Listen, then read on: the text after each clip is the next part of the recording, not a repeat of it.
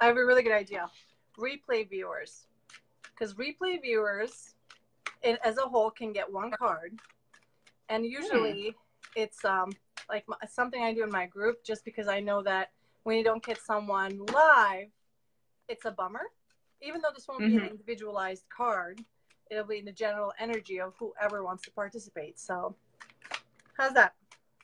I like it. Yeah. And Megan, if you're still on, comment if you want a card. Do you want her to pull a card for you? Leave a comment if yeah.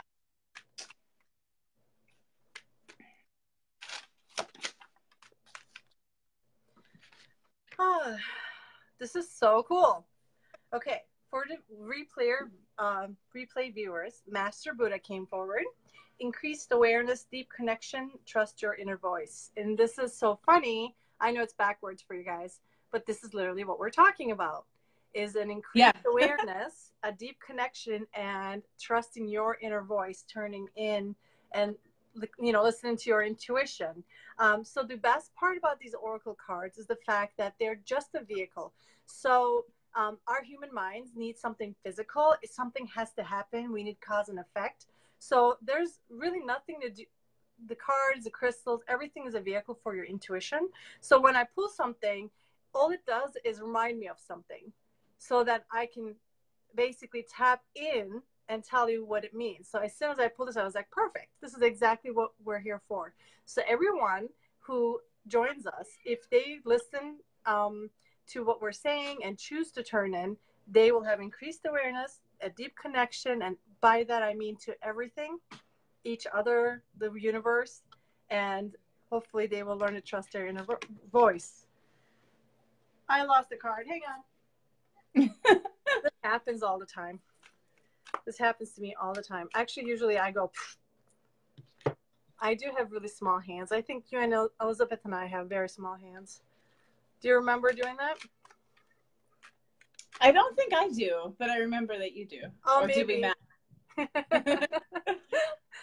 In the cruise, we put our hands together, but yeah, maybe you don't.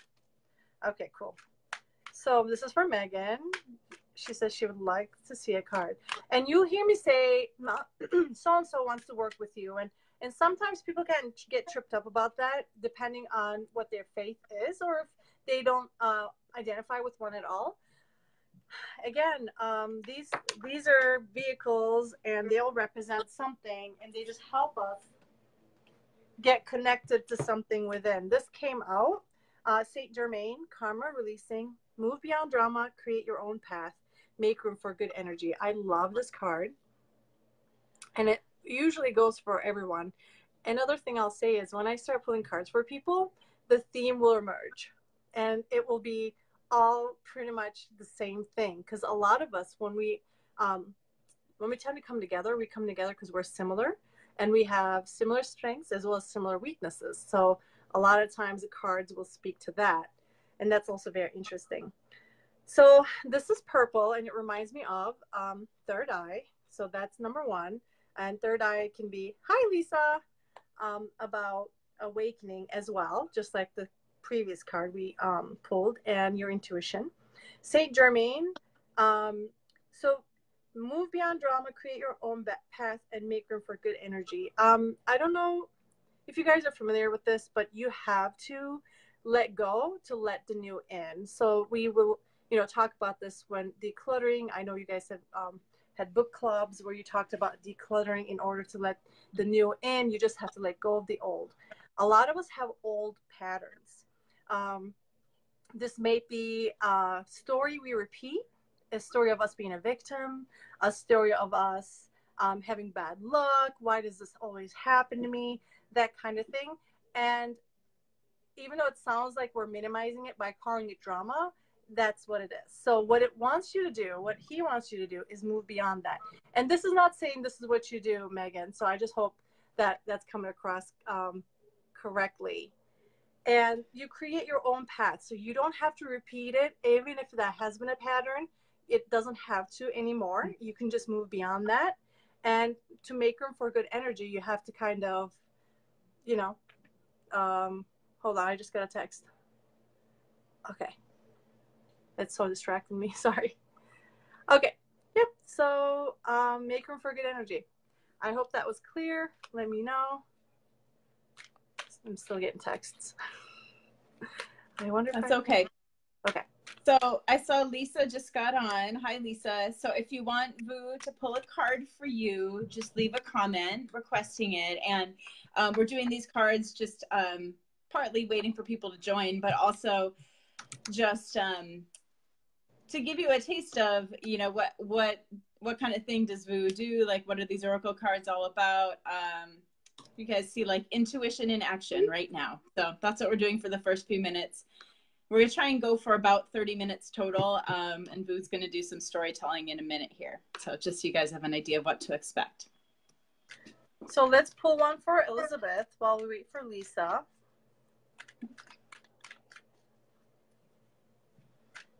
I forgot that we had to get on the cell phone, so I had my computer ready on top of it and not my cell phone.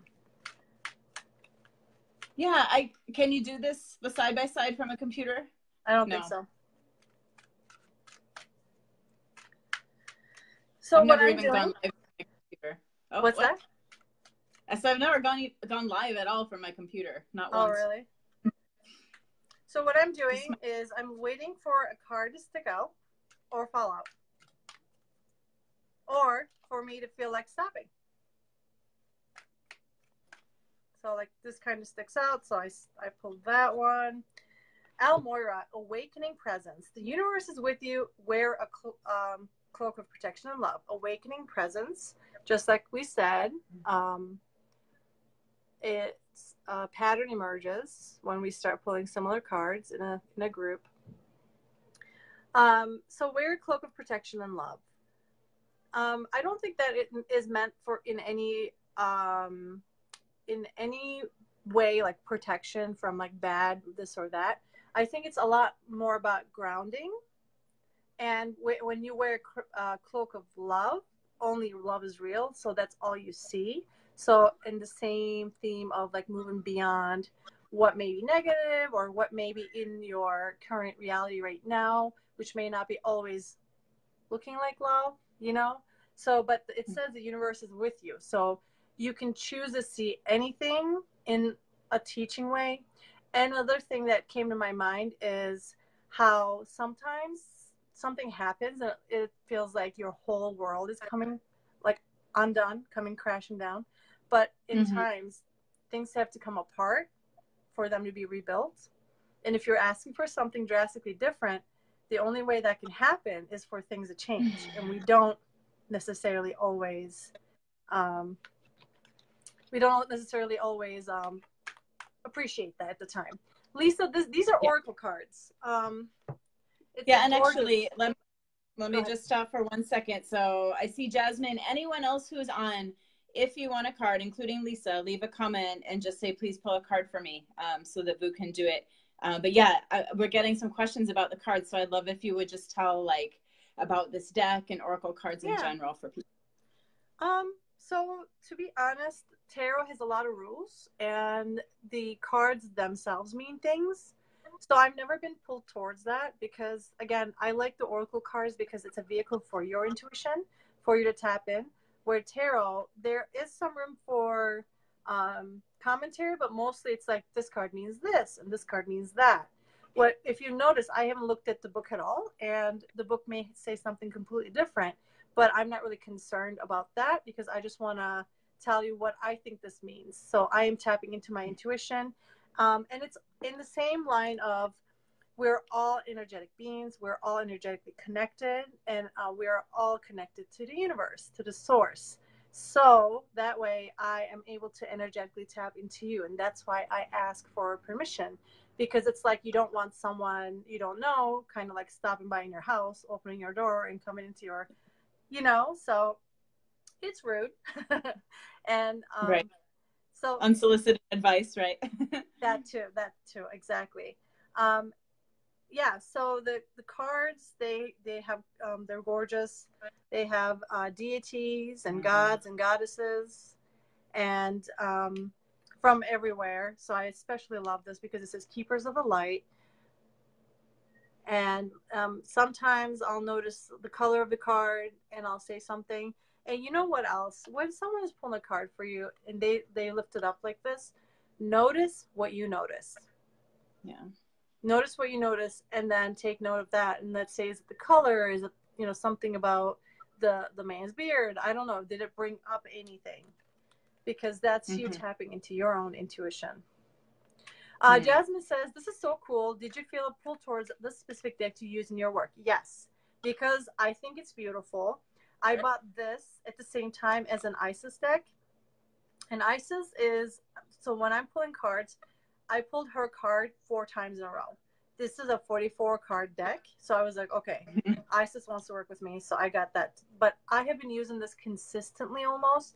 I have many other decks, but I just kind of went and bought the ones that I thought I would like. And then I ended up being basically a one deck girl. I love it. All right. Any other questions about the cards before we move on? If we have time at the end, we can always do more. Okay. Yeah. So if you did not get a card and you would like one, just post a comment. I know there's a little bit of a delay, so we can always do it at the end.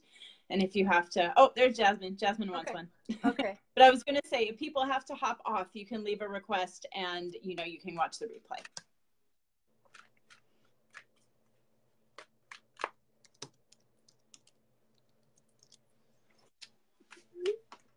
Okay.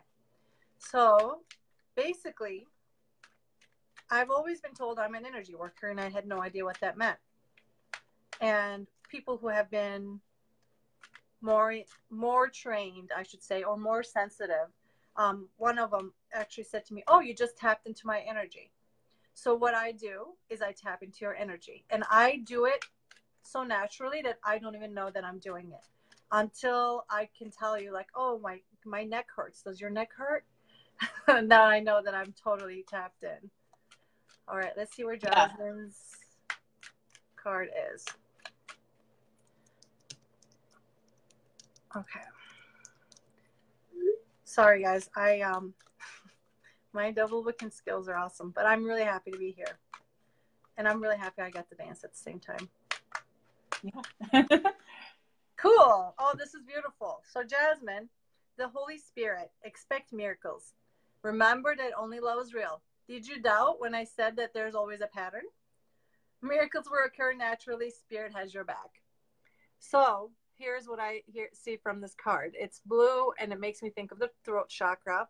And for those who are not familiar with chakras, throat chakra, when it's not in balance, it can mean 2 things. One is that we don't speak our truth enough, and the other is we speak it too much. So we are going out and pretty much projecting out too much. The Holy Spirit says that expect miracles, and remember that only love is real. So similar to what I was telling Elizabeth, if you know that only love is real and that everything is happening for you and for your highest good, then you can expect miracles, even when it looks from the outside that this is something bad. And I know that that's hard to always wrap your mind around, especially because some circumstances seem very dire. We just have to realize that we don't have the bird's eye view. We only have our own perspective, which is very limited. And we don't know what's coming. Miracles will occur naturally. Spirit has your back. So feel protected. Know that you're protected. Oh my gosh, Lisa says, I can actually sometimes hear and see spirits, but I can always feel them. That's wonderful, Lisa. That's wonderful. Spirit has your back. So this is a wonderful card to have. Mm-hmm. All right. So let's move on for now, Elizabeth. Okay. And I just wanted to say, I didn't want to interrupt you before, but I think people should know that there have been times when we were chatting about things and, you know, you said, like, I get the sense there's something going on with your lower back on the left side, and I was having back pain, and I had not mentioned anything about it. So, yeah, you definitely have a gift. But yeah, so we're going to be talking more about that. But let's start out with a definition. I think that's always useful. So what is intuition? How do you define it, and how do you experience it? Yeah. Okay, that's a really good question. It's like asking fish, what is water? You know, so like, yeah. I've been so wrapped up and close to it, but intuition is just the knowing, and it's an inner knowing. I feel like most of us here have experienced walking into a room and instantly feeling something? Perhaps it was instantly tense or instantly lighter or happier. So that is you connecting to the energy of the people there or the space before you have had a chance to even understand what's going on in that room. So that's an example of intuition. And what was the second part of the question? Well, just, I guess how do you define it and how do you experience it? Like, what does it feel like, or where does it happen? Yeah. Everybody's different. What I had to do was just practice it, which is really, really scary. Because as I was growing up, I was basically trained to rely on outside validation as well as like someone telling me what to do. And most of the time, if I did something, it was wrong. At least that was my way of growing up. So you can imagine that is the last person that's going to go within and see, like, how do I feel about this? Or what do I think? And have that be the truth. But in order for me to find some peace, that's exactly what I had to do. Because I would say to my husband or my mom or anyone, a teacher, a boss, what should I do? And they would tell me things. And I was constantly seeking that validation and not happy. So when I slowed down and was like, how do I feel? So even when you guys don't ask this all the time, but when you're feeling stressed, for example, if you can really ask that question, what is this about? Why do I feel this? How do I feel? That's a really good way of starting to turn within. Instead of, no, like, oh, I'm stressed again, and making conclusions. Because I noticed that I was picking up on other people, and I didn't know this in the past. So I thought that I had a huge anxiety problem, except it wasn't mine. So for years, I thought, I was this really unhappy person. But until I started asking the question, why do I feel this way? Why am I even, why would I even be anxious? And then having no reason, I realized it was me tapping in. We are a lot more affected by these things than we realize or even taught. So when you start going on this journey and you start realizing how big of part they play in your life, it's super awe-inspiring. Yeah, absolutely. All right. So I want to hear from your perspective, your story and your journey, because from where I sit, it's been pretty incredible to watch. Has it been like 2 years? I guess about 2 years, right? Yeah. Like how basically everything is kind of converging for you, and it's like the things you were fighting against were actually the things that you were meant to be doing in a way, Yeah. but in like an unexpected way. So, but that's not my story to tell. So yeah. Go ahead. Yeah. So Elizabeth and I are actually success partners. We're also in both of us were in, and I still am a Beachbody coach, but I was way more active, and Elizabeth and I became success partners. So we were reporting to each other daily, etc. And we both went to the cruise, one of the cruises. I can't remember, Beachbody Success Club trip, and so you and I also went to Platinum Presenters. Yeah, and the summit. we hung out a lot. And actually, yeah, let me just say one thing, which is I still remember like the very first time I like noticed Vu. It was a comment, and if any of you guys all should be in the new name Coach Success, that group, and there was something she commented on a post, and I just was like, I love her. Like, I want to get to know her. Something felt like really familiar, and as we got to know each other more, we have so much in common. So talk about intuition. Exactly. It was working, from the beginning of our story together. But I want to hear more about your business. So yeah, so like, sorry to interrupt. I just had a feeling. Oh, I just like her, or I don't like her. A lot of it is intuition, and we talk about first impressions can be wrong, and of course they can be, but still there's a lot of value in noticing that. Anyway, so Elizabeth and I were, pretty, and she still is, but I was, we're doing really good in Beachbody. And there was an incident for me that made me kind of question what I really wanted. So what I liked about Beachbody was that I got to help people and I got to coach people, and I got to meet a lot of cool people. But I was really drawn to the life coaching aspect, and I wanted to focus more on that.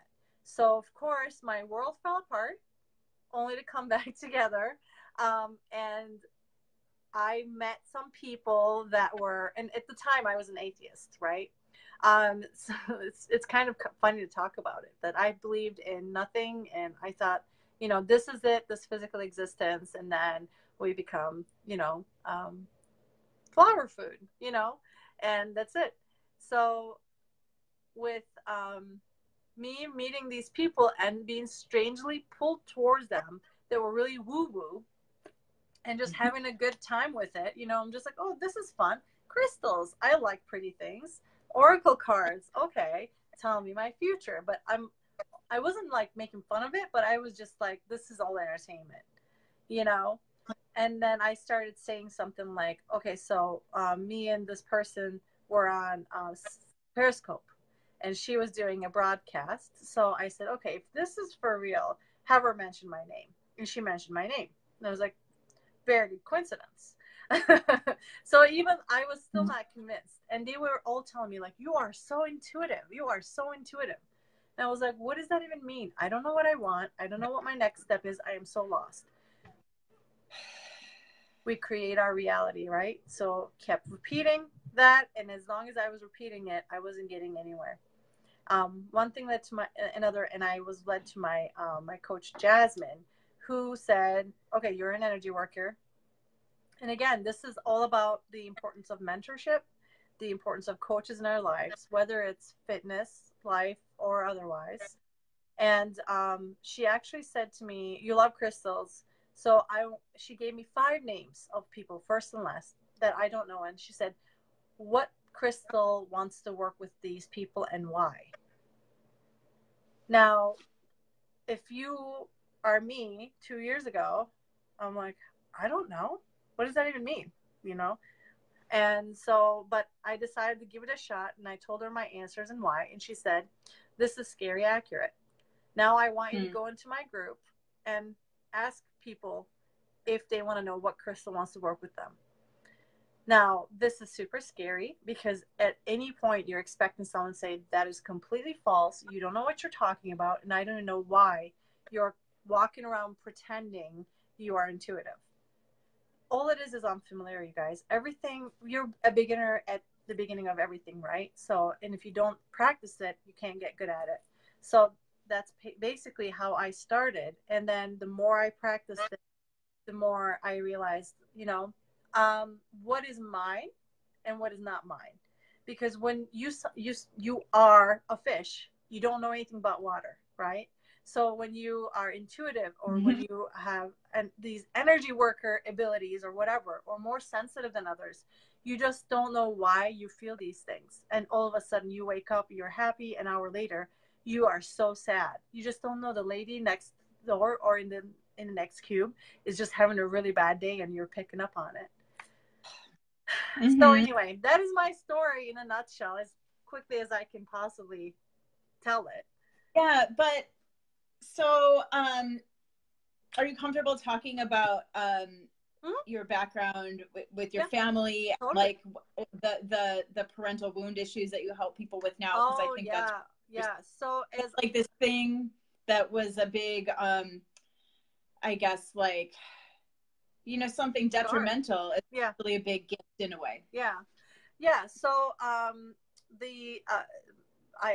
have had a very difficult upbringing. We moved around many times, and I had a very harsh mother figure or mom in my life.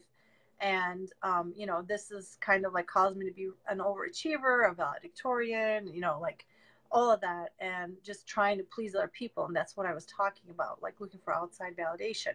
But I also carry that as a badge of, I almost want to say, honor. Like, here is the scar that I have. I am like this victim child, and, I went to therapy and did all that. And then eventually realized that the thing that I was really running away from was the fact that I was being called to help people who have parental wounds, especially mother wounds. And, you know, with my coach's help, I actually put out a call and I said, I am doing 30-minute sessions. And I had no idea, Elizabeth, if I was going to do like straight up coaching, you know, like talk to somebody and like, here's what you need to do, or if we were going to do some kind of energy work. But what I did do and what I came to learn is that you're not alone. I don't care who you are, you're not alone. And I don't just mean people, but the universe is literally conspiring to help you. So I asked for help. And I have, for whatever reason, even when I was saying that I was an atheist, been drawn to Archangel Michael. So I'll say, Archangel Michael, can you please help me help this person? Wait, may what needs to come through me, come through me. And I promise I will take your hints. So on my first discovery call, I had no idea what we were going to talk about or do, which is what I love. I thrive on that because I love being creative in the moment. So I had this person and I said, okay, how can I help you? And I don't even remember what they said. And I asked a question, and then next thing you know, we're energetically angel healing something from when she was like 4, you know, and she's crying and I'm crying. But the moment it popped in my head, I said, you've got to be kidding me. This is what I'm going to do on my first client call is I'm going to do an angel healing. And I've just been doing this for like a month, you know, but the promise, let me know what I need to do and I'm going to listen. The difference, I think, with people who say they're gifted or we say they're gifted and anybody who doesn't consider themselves gifted is those people have listened and have been able to discern what's the voice in their head and what's their intuition, right? Like, so when I hear something, I would think, oh, it's just me talking to myself. And some of that is, but there's also a voice in your head, in all of our heads. That's that nudge, like, oh, like stop by the bank on your way. And then you stop by the bank and you see like an old friend who's like, oh my gosh, I have a great networking opportunity for you. You know, I don't know. I just feel like I've taken your question and went everywhere.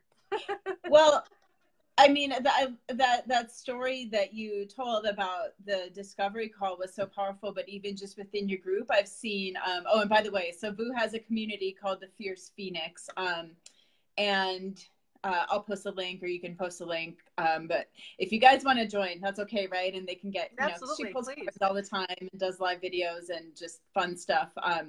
It's not all super heavy, but when you do post about the parental wound, like I see how people respond to those posts because that's something that people don't really talk about. Like it's something that people are ashamed of. If you don't have the best relationship with your parent, people think there must be something wrong with you, or like at least that's the fear. And so there's a lot of people who really need that. But when I remember when like you were starting to see how that work was connecting with people and you're like, oh, is this really what I'm going to do? Because once you get over it for yourself, you're kind of like, okay, I'm done with this. I'm putting it behind me. But nope, this is your work.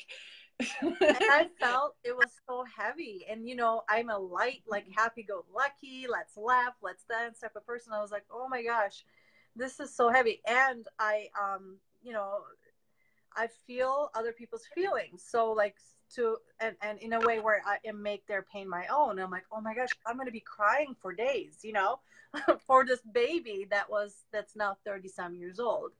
But the thing with parental wounds is like, I always say you're victimized twice. You're victimized because, we all are, you know, perfect and we deserve to be loved and be secure, but, and we're not. And so that's number one, victimization. And number two is if you say to somebody, I haven't spoken to my mom in 2 years, they blame you. Well, that's your mom. You're supposed to have a good relationship. You're supposed to be an obedient daughter. And at times that's not the best course for you or your relationship or your journey. But our society doesn't have room for that. So a lot of times, like you said, we're ashamed and we don't talk about it. So when I come out and I say, and I mean, things have we've mended our differences now, but there were times that I didn't speak to my mother for months, or you know, that I told her to get out of my house. It's not as messy as it sounds, but when boundaries weren't there before and you set them, they get, they can definitely shake things up. Yeah. Okay. And I want to come back to boundaries in a minute, but I also want to hear about, so I just thought it was really cool how with your day job, you used to kind of have like, okay, there's the day job and then there's my business and they're separate. But now you have been invited to bring some wellness teaching into your day job, which I think is just really cool, how you're able to like meld your two interests. So tell us about that. Yeah, we call that, what is it? Addiction to form. Basically, when you know what you want, but the only way it can come is in this way. So in my mind, the only way I was going to be happy with what I do is if I worked for myself only and did this type of work. And that's not true. So, but what I did is I just like, sometimes we really have to take our own advice. So I was like, I am just going to surrender and I'm going to open myself up to opportunities. So what would I like? Okay, I would like to work on these things, and I would like to help people. So why does it only have to be in this capacity? Now what's happening is I work for anesthesiology at University of Michigan, and I work in residency education. So I am now the chair of the wellness committee. So I get to do a lot of these like boundary setting and self-care and things like that. And not so much of the spiritual stuff yet, but then they're coming to me and they're like, asking about crystals because I have my crystals out there, or people just are drawn to me and they come and they're like, I'm having a crisis and they just need help. And I just really, really, really like that. But yeah, so what's happening now, because I've been open to anything and not just in this certain way, is my job is changing into what I like doing. And it's not like, running receipts or ordering food necessarily, but it's now like doing this work that's super meaningful for me. And, my hours changing and, it's just like, yeah, we are very powerful. So we will be right. And if we just want to focus on what makes us happy, we will be right in that. But if we focus on like, my story prior to this was everybody takes advantage of me. People only want me to solve their problems, right? People take me for granted. And I was right for years. But when that song changed and that was no longer on repeat, it's like people like hanging out with me for who I am, or, so then the same thing applied to my job. I enjoy my job. I like working with people and people see my worth. So it's super fun. Yeah. So you had the courage to really dream and like believe that what you want could be possible.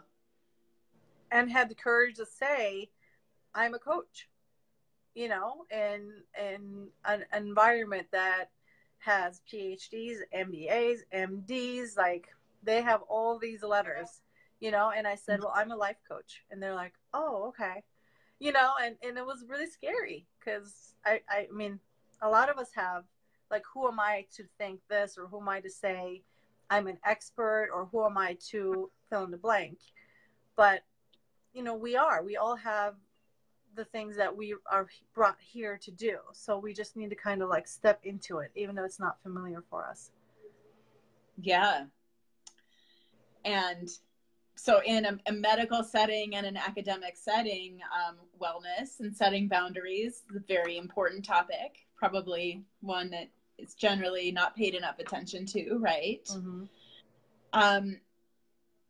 But talk to us a little bit about setting boundaries around this intuition. Actually, and if I can just share like a little thought of my own before you get into that. But so I'm a highly sensitive person, intuitive. I pick up on things. And, at times, like from the time I was a kid, I felt like I was too sensitive. And, you know, in some ways it is a gift, and in some ways there's like a side of it that can be a curse if you don't know how to manage it. But like, I think that just comes in anytime you are part of a codependent relationship, which is basically where somebody else makes you responsible for their emotional state. And I had that with one of my parents. And so, you know, it's not always abusive, but there can be some overlap. But it's like, then when you're in that codependent relationship, what happens is you're always trying to pick up on the other person's emotional state, and you get very, very good at it because you don't want to get yelled at, or, you know, if they're super sad and, you know, you're just a kid, you're like, I don't know if I can handle that right now. So you might like shut yourself in your room. But so that's kind of how this gift can develop. But then, you know, the question is like, what do you do with it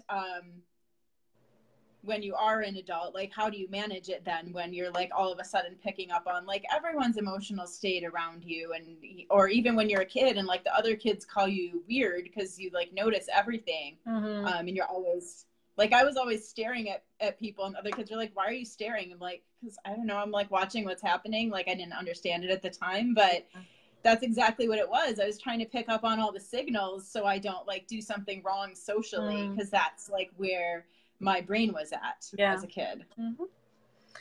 So first of all, what I'm hearing you say is that, you know, to be safe, you had to be really on guard. So you were in fight or flight a lot, you know, and you were just like, kind of like a gazelle. They're grazing, but then like their ears are constantly like trying to pick up, or like they freeze really quick and they're like, okay, wait, am I safe? And a gazelle is never really safe, right? So first of all, what we have to do, I think, is do our best to release the responsibility we feel for others. Because when you have been feeling responsible for a parent's emotions, you transfer that easily to your significant other, your pets, your children. You're like trying to make everybody happy. And that's when you, everything else kind of like, even your pets. You're like, what's wrong with this cat? You're like, the cat sleeps 20 hours. You know what I mean? It's not depressed. Leave it alone. But, you know, so a lot of that has to do, you have to do a lot of like inner journey. Just kind of like I said, why do I feel this way? You know, and why is this? And a lot of times, like I did that with therapists, I did that with coaches. And, you know, I detangled my mess. And also another thing we do is we distract ourselves. So with other people's emotions, with other people's happenings, what are they doing to me? How are they affecting me? This is a big distraction, right? And that's okay. So that's another thing where we come into like meditation and being still and trying to just kind of like go. And that's what I mean by going inward. It's like just focusing on your breath. It doesn't have to be like I said, I was telling someone, I'm like, I wish I was in Bali riding my elephant to my like, you know, meditation area for 4 hours. But sometimes I sit in my car before work and breathe for 30 seconds. And that's my meditation, you know. We can just make it work for ourselves. So when you start slowing down with meditation, you notice that you're just kind of repeating patterns. You know, you're taking one relationship and transferring it into somebody else, or you're feeling like you have to react this way because that's just what you've always done. You know, so basically noticing what you do, choosing to do something different, and knowing, even when you don't think this is true, that you have a choice in every moment.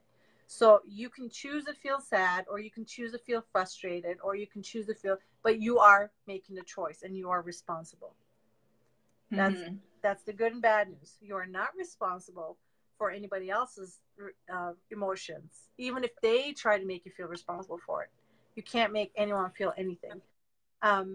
Of course, don't go up to someone and be like, you're an asshole, because then they're going to feel, you know, pissed off, and you probably did cause that, you know, in practicality. But what I mean is, we can both go see a movie, and you might think it's like Oscar worthy, and I may want my money back. So even So I can tell you one thing and you might laugh it off, and I might tell it to my husband and he might be like, that is the most rude thing or rudest thing I've ever heard. So Yeah. noticing the triggers, and noticing how come this pisses me off and Elizabeth laughs it off. What's that about? And why do I continue to choose to behave this way or react this way? Mm-hmm. It's, Mm-hmm. yeah, it can sound overwhelming, but like one step at a time, it is probably the most rewarding thing I've done in my life, Yeah. And I think that's part of why, even though like I had no idea the reason at the time, but when I tried yoga and then meditation, it was so powerful for me. And it's partly because of the sympathetic versus parasympathetic nervous system, if you want to get scientific for a minute, right? Like if you're in that vigilant state, you're in that fight or flight response of like, oh, did I do something wrong? Like someone's going to get upset at me, right? You're looking around and then you go inwards, or that's why exercise is so powerful too. It takes us out of that fight or flight and then we're relaxed and, we have mental space. So physical practices, well, they're mental practices too, but powerful practices for that. But I think that's part of why, childhood trauma leads to addiction so often, because people want to numb out from all of this constant input that's coming at them, like alcohol, drugs, even like being a workaholic, numbing out with TV. Those can be addictions too. So distraction. gotta find healthier ways. Yeah, exactly. Healthier ways to address it. Let's see. I think we covered a lot of what I wanted to ask. Oh yeah, I mean, it's obvious you've told us how you use intuition in your coaching. That's like the basis of your coaching. But for a health and fitness coach, how can we use intuition? I think that a big part of our job as Beachbody coaches is to get to know our clients individually. And you can use your intuition when you're hearing them say something. Again, like I was saying with the cards, like when I pull a card, it's not so much about the card, but it's about how it makes me feel and what it makes me think.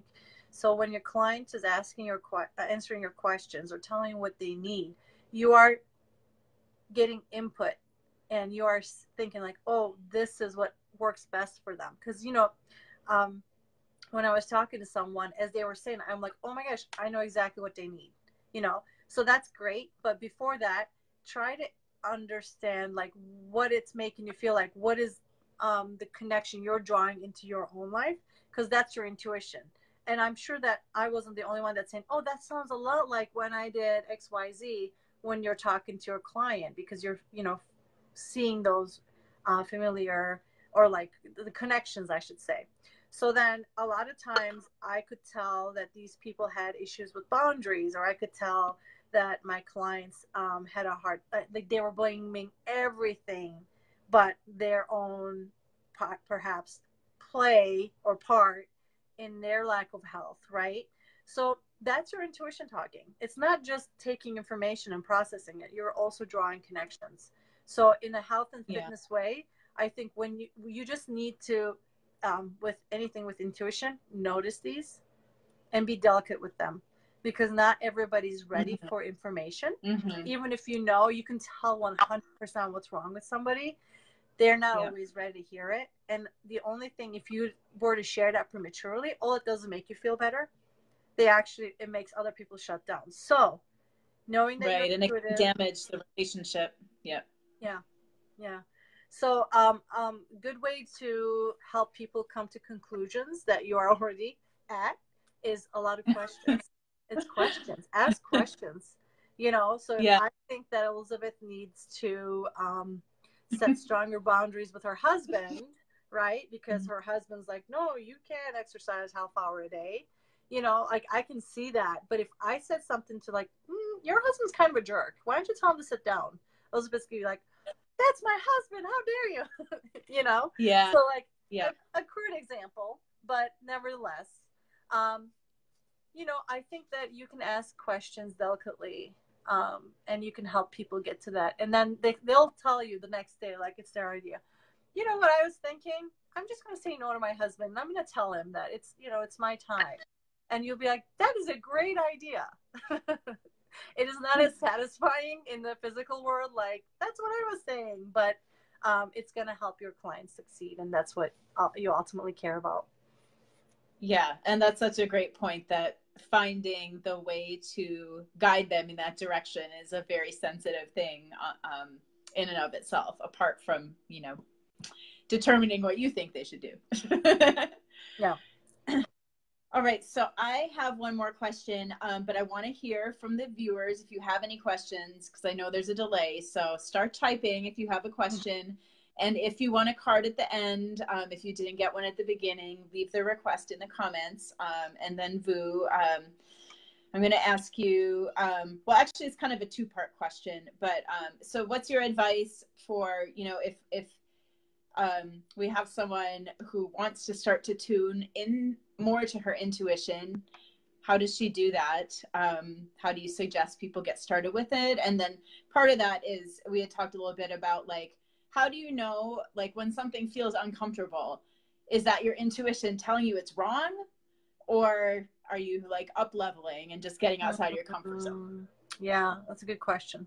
Okay, so number one thing to do to start listening to your intuition is get out of your monkey mind. And that's the monkey mind that's focusing on everything else but yourself. So how do you do that, Elizabeth? You start a meditation practice. How resistant was I to the meditation practice, Elizabeth? Can you tell your viewers how many months did I complain about, I don't have time for meditation, or I forgot about that, and now you teach meditation. now I actually do meditation. Yeah, like I actually do meditations. So there was not, I don't think there was one person unless they grew up in some kind of monastery where they were like, meditation is awesome. We all said we don't have time for it. Oh, I am too, like, I have way too many thoughts in my head. I can never stop thinking. We as humans, we cannot stop thinking. How many bits of information? I think it's something crazy like 2 million per second piece of information is flying at us. So we're never going to stop thinking. All we're going to do is focus. And all we're going to do is slow down. And that's going to give us that time to realize, like, how am I actually feeling? What does this mean? Instead of reacting. Someone comes to you and says something. You're offended. You react, or, you know, whatever. So basically, first thing you do is you start meditating 5 minutes a day. I did it before bed, because regardless of whenever I went to bed. So I did 5 minutes of breathing. It doesn't have to be, and I suggest going to YouTube. And I used to type in 5-minute guided meditation, because it was, like I said, it was impossible for me to quiet my mind. So I would do guided meditations a lot. And that gives you that space for you to even know what you're thinking and how you're feeling. Megan says, this makes me feel of mother's intuition. We are so focused on our kids that we know when something is wrong. Absolutely. 100%. But you are also not responsible for your kids' happiness. You know, it's so That's fun. A tough one, I'm sure. What's that? I said, I'm sure that's a tough one, because you want to be, right? They're so easy to please. They're so easy to make happy, especially when they're kids. You can give them the tiniest thing, and then you get addicted to that, making them happy. But yeah, that's another guest talk. But yes, Megan, exactly. Your mother's intuition. You know when something is wrong, and sometimes you know when something's wrong, and they're not in the same room with you, or even in the same city. So, and the second part was, remind me again. So if something feels uncomfortable, how do we know? Is that my intuition telling me that I'm on the wrong track? Or am I just getting outside my comfort zone, and that's, you know, comfortable is a good thing? Yeah. So in this scenario, I'm imagining that you have a general goal that you want to hit, and you're moving towards that. And what I know is that I usually have this idea. Like, I had an idea to open my own group, and I was resistant to it for months because I had all these excuses, like I'm too busy and, I can't entertain these people and this and that. So that was my intuition telling me to open up a group, and me and my fear was saying, don't do it. So when you start listening more and more, you'll actually be able to discern it. But a good way to know is like, am I resistant to this because somehow I don't feel good enough? Somehow I don't feel not, worthy? Because this is just ego, and it's just fear, and fear keeps you the same. So you can tell from that if it's uncomfortable, because that's just not your style. I am not a huge writer, even though I do journal and I teach journaling. I'm not a huge writer. So instead of making myself journal each time sitting down like 5-6 pages, I just had to modify it to myself. So what's my practice? I may write like 5 sentences, and I call that journaling, and I feel good about that. So I'm getting what I need out of it, and I'm modifying the practice. But if I never opened my group, there would be 500 women that have never even realized how their patterns or their moms or grandma's patterns were controlling their current lives. So does that answer it? Yeah. I think so. Basically, ask yourself why you're resisting. Okay. What's that? Ask yourself why you are resisting. Mm-hmm. So like dig a little deeper in that. So if someone was like, Vu, you need to go to the mall and like sing a Kitty Bop song in the middle of it, because that's going to help your coaching practice. So like it's easy for me to say, well, that's just not me, and that's not my style. And it's not the fact that I'm going to get him, because that's not what I do. So probing further and seeing like, does this really jive with who I am? But then there are certain parts that you have to change in order to see a change, right? So that might mean showing up as your authentic self. So is your authentic self a singer? No. So that's an easy one. But is your authentic self someone that needs to speak their truth and heal people? And this could be fitness. This could be, nutrition. It could be, are you someone that feels called to healing? So if you're healing in your home and no one knows about you, how successful are you? Or does that mean you have to put yourself in front of some people? It gets easier to navigate the more you ask, and the more you just kind of line it up with your original goal. Mm-hmm. And I liked what you said about kind of the ideas that just keep coming back to you and you push them away.